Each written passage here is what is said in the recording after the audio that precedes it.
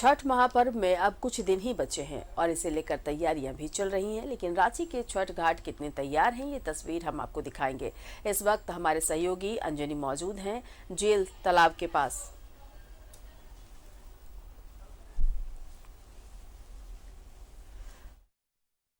में अब बस कुछ ही वक्त बीता है और तालाबों की स्थिति आप देख रहे हैं, गंदगी अभी भी पसरी हुई है। हालांकि सरकार की तरफ से भी अब ये इजाज़त दे दी गई है कि छठ महापर्व लोग मना सकते हैं, तालाबों में नदियों में अर्घ दे सकते हैं। छठ महापर्व में अब कुछ ही दिन शेष रह गए हैं, तो महापर्व के लिए छठ घाट कितने तैयार हैं ये तस्वीरें अब से बस कुछ ही वक्त में हम आपको दिखाएंगे। महापर्व के लिए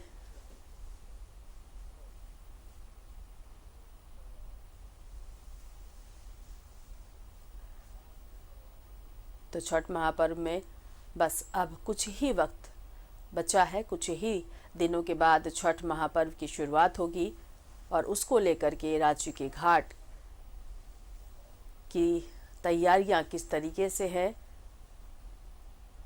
ये हम आपको अब से कुछ वक्त बाद बताएंगे। हमारे सहयोगी अंजनी के साथ। अंजनी, छठ पर्व में अब बस कुछ ही वक्त रह गया है, कुछ दिनों के बाद छठ पर्व की शुरुआत हो जाएगी। छठ महापर्व के तौर पे जाना जाता है और अब तो सरकार ने भी अनुमति दे दी है कि घाट पर जाकर छठ पूजा आप कर सकते हैं।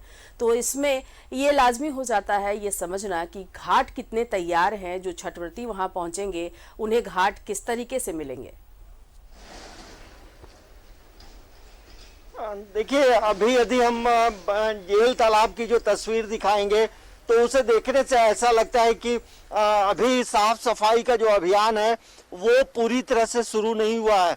जबकि देखिए, छठ महापर्व जो है लगभग ये 4 दिनों का महापर्व होता है और कहीं ना कहीं तालाबों से नदियों से कनेक्शन जुड़ा होता है इस महापर्व में।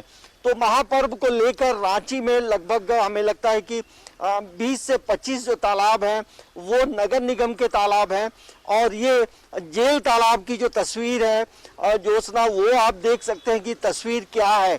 तस्वीर यही बयां कर रही है कि अभी जो साफ सफाई का जो अभियान है उसकी शुरुआत नहीं हुई है और सबसे अफसोस की बात ये है कि लोग अपने घरों से जो कचरा निकल रहा है, पूजा रूम की जो साफ सफाई लोग कर रहे हैं, तमाम चीज़ों को लाकर यहाँ फेंक रहे हैं।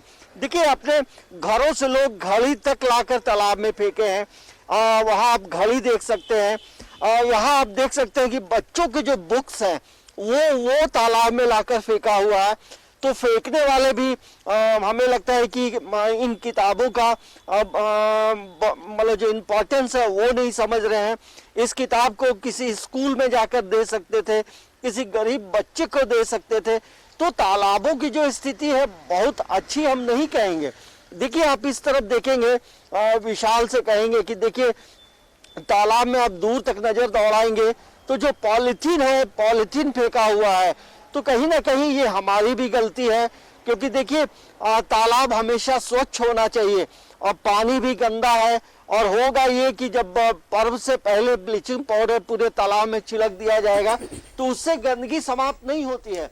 तो हमें लगता है कि जो स्थिति जी बिल्कुल, तस्वीरों से ही हम अंदाजा लगा सकते हैं अंजनी कि छठ पर्व की तैयारी कैसे चल रही है। लेकिन बिल्कुल सही कहा आपने कि इसमें जिम्मेदारी हमारी भी बनती है। हम अगर इस तरह से गंदगियों को फेंकते रहेंगे तो जब तक एक दूसरे के साथ नहीं मिलकर खड़े होंगे तो सफाई कहाँ से होगी। बहुत शुक्रिया तमाम जानकारी के लिए, जो तस्वीरें आपने हम तक पहुंचाई उसके लिए।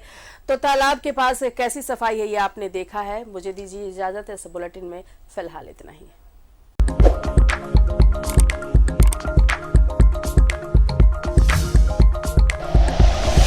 Like and share videos, subscribe करें हमारा चैनल और प्रेस करें बेल आइकॉन। न्यूज़ 11 भारत, सच है तो दिखेगा।